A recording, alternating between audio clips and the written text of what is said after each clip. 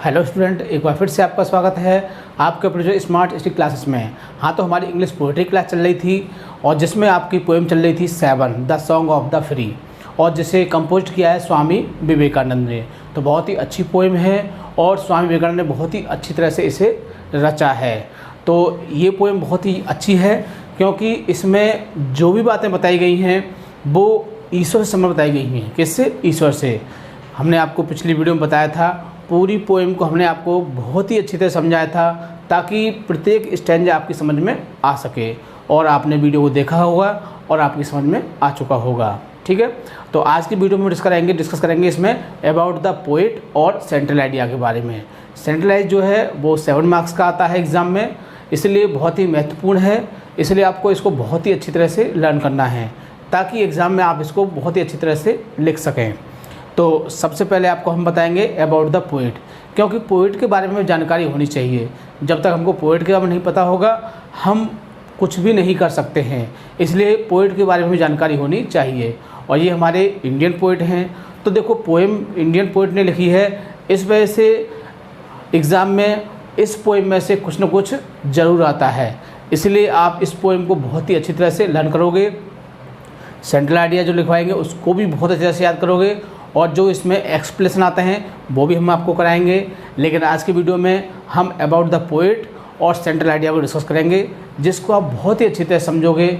हमने जो central idea लिखा है वो बहुत ही सरल शब्दों के माध्यम से लिखा है, जिसको आप बहुत ही आसानी से समझ सकते हैं।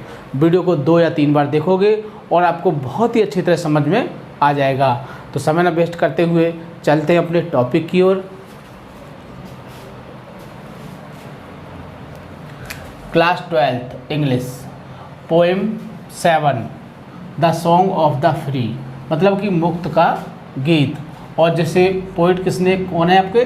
स्वामी विवेकानंद। कौन है? स्वामी विवेकानंद। बुक 2 पोइट्री आपकी। तो पहला पॉइंट क्या है आपका? About the poet. About the poet मतलब कि पोएट के बारे में भी जानकारी होनी चाहिए, क्योंकि जब तक हमको पोएट के बारे में नहीं पता होगा हम कर तो सब कुछ सकते हैं, लेकिन पोएट के बारे में जानकारी होना बहुत ज़रूरी है। क्योंकि आपके फ्यूचर को देखते हुए, आपके भविष्य को देखते हुए हमने इस बात पे डिस्कस किया कि पोएट के बारे में कुछ जानकारी होनी चाहिए। इसलिए हमने ये एक पॉइंट आपका इसमें अबाउट द पोएट डाल दिया ताकि आप पोएट के बारे में भी जानकारी ले सकें। एग्ज़ाम में पोएट से संबंधित ऐसा कुछ नहीं आता है, सिर्फ पोएट का नाम आता है। तो जब पोएट के बारे में आप बहुत ज़्यादा पढ़ोगे तो नाम तो आपको याद हो ही जाएगा। Swami Vivekananda was born on 12 January 1863 in a reputed family of Calcutta. तो स्वामी विवेकानंद जो थे उनका जन्म कब हुआ था?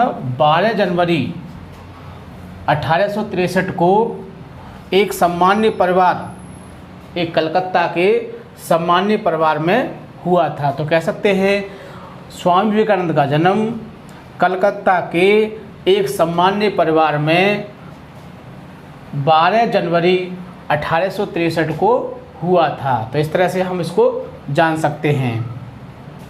बिफोर बीइंग स्वामी मतलब कि स्वामी बनने से पहले, स्वामी बने बाद में, पहले ये कुछ और थे। तो स्वामी बनने से पहले हिज नेम वाज, इनका नाम था, मतलब स्वामी बनने से पहले इनका नाम था नरेंद्र नाथ दत्त। क्या था? नरेंद्र नाथ दत्त था। कब? स्वामी बनने से पहले। तो स्वामी बनने से पहले इनका नाम क्या था? नरेंद्र नाथ दत्त। ही completed his bachelor degree from Christian College in 1884।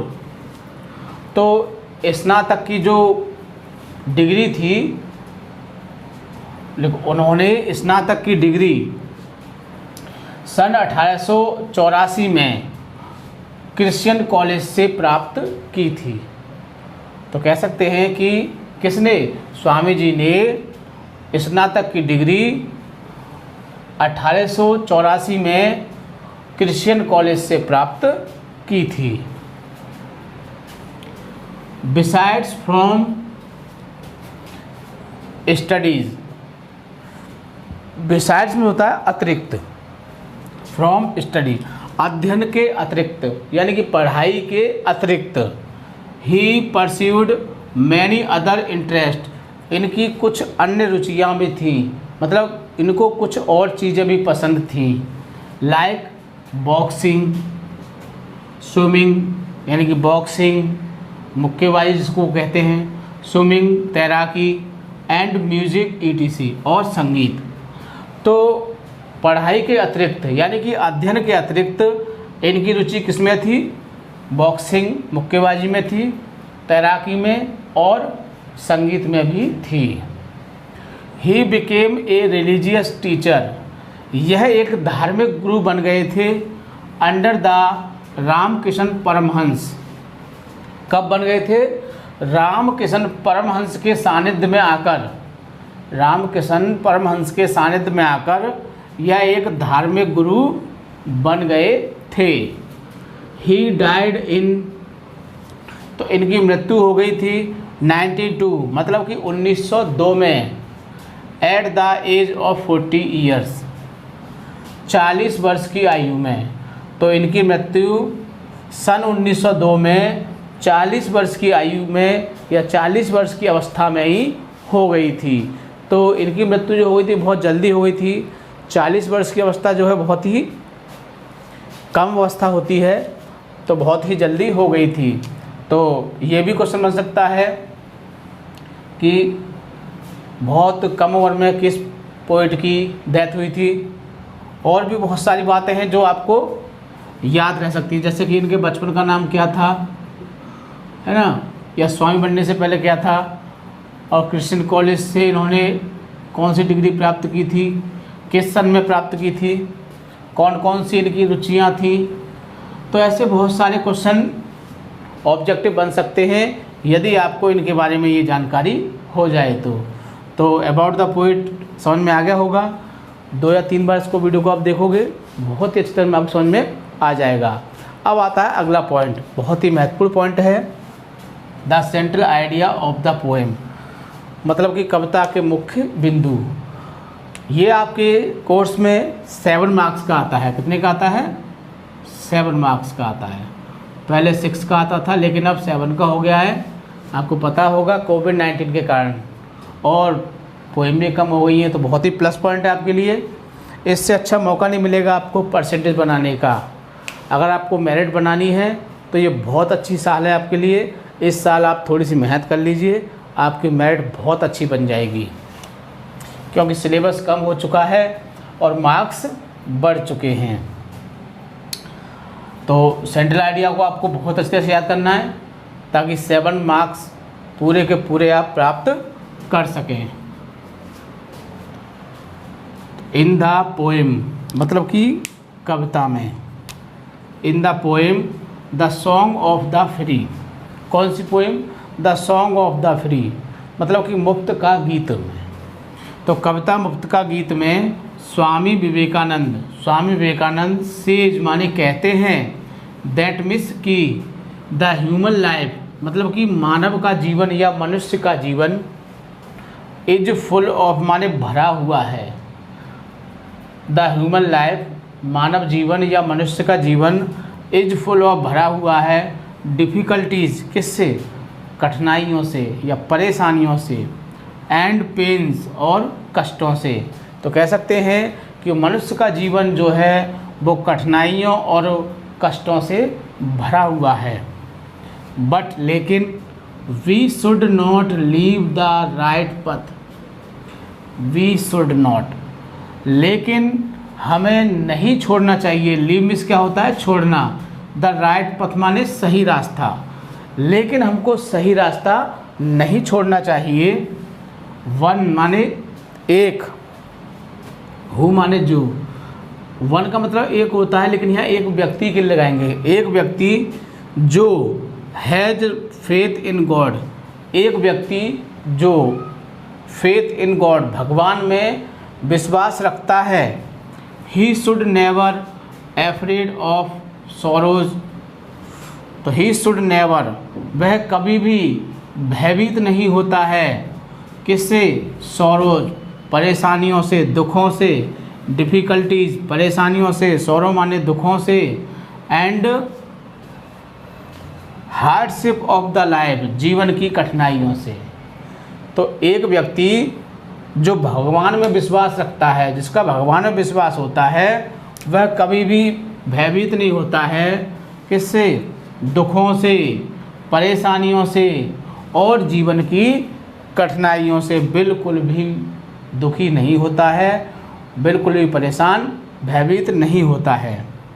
We should have definite goal, we should माने हमें, शुड में चाहिए, हैव डेफिनेट गोल, अपना एक निश्चित उद्देश्य होना चाहिए।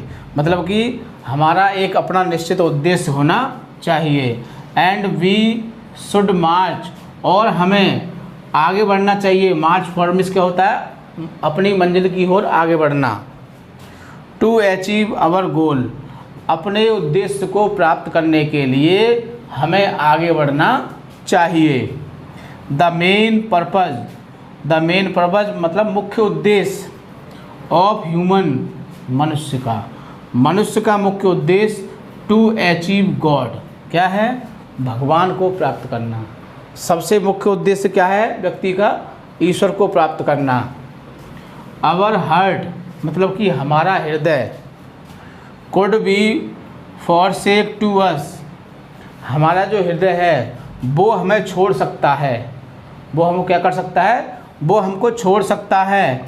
बट लेकिन we should never to disappoint in our life, लेकिन हमें अपने जीवन में निराश या दुखी नहीं होना चाहिए। तो आपकी समझ में आ गया होगा। जो भी डाउट होंगे वो क्लियर हो जाएंगे। इसको हम एक बार और आपको समझा देते हैं ताकि जो भी डाउट है वो क्लियर हो सकें आपके। इन द पोएम मतलब कविता, the song of the free, कविता the song of the free में स्वामी विवेकानंद कहते हैं डेट मिस की द ह्यूमन लाइफ मतलब कि मनुष्य का जीवन इज फुल ऑफ माने भरा हुआ है, डिफ़िकल्टीज माने परेशानियों से, एंड पेन्स माने कष्टों से, मतलब कि मनुष्य का जीवन परेशानियों और कष्टों से भरा हुआ है। कवि कहता है कि मनुष्य का जीवन परेशानी और कष्टों से भरा हुआ है। बट लेकिन we should not leave the right path, लेकिन हमको सही रास्ता नहीं छोड़ना चाहिए। वन माने एक व्यक्ति, होमिस जो हैज़ फेथ इन गॉड, जो भगवान में विश्वास रखता है, एक व्यक्ति जो भगवान में विश्वास रखता है, ही शुड नेवर अफ्रेड, वह कभी भी भयभीत नहीं होता है। सॉरोज किसमें? दुखों में, डिफ़िकल्टीज परेशानियों में, and hardship in the life जीवन की कठिनाइयों में बिल्कुल भी दुखी नहीं होता है। We should have definite goal, अपना एक निश्चित उद्देश्य होना चाहिए। And we should march forward to achieve our goal, और हमें अपने उद्देश्य को प्राप्त करने के लिए आगे बढ़ना चाहिए। The main purpose of the human, मनुष्य का जो मुख्य उद्देश्य है, टू अचीव माने प्राप्त करना गॉड, तो मनुष्य का जो मुख्य उद्देश्य क्या है? भगवान को प्राप्त करना है। आवर हार्ट मतलब कि हमारा हृदय, could be forsake to us, हमारा हृदय हमें त्याग सकता है, छोड़ सकता है। बट लेकिन we should never to disappoint in our life, लेकिन हमें अपने जीवन में निराश नहीं होना चाहिए। तो ये था आपका central idea the song of the free poem का, जिसको आप बहुत अच्छी तरह से लर्न करोगे। हो सकता है कि आपको 2021 में ये देखने को मिले, इसलिए बहुत ही अच्छी तरह से इसको याद करोगे। समझ में ना आए तो वीडियो को बार बार देखोगे ताकि आपकी समझ में बहुत अच्छी तरह से आ सके। और सबसे मुख्य बात, वीडियो को लाइक या शेयर करना नहीं भूलोगे ताकि और लोग भी इस चीज़ का फ़ायदा उठा सकें। ठीक है, थैंक यू। जय हिंद, जय भारत।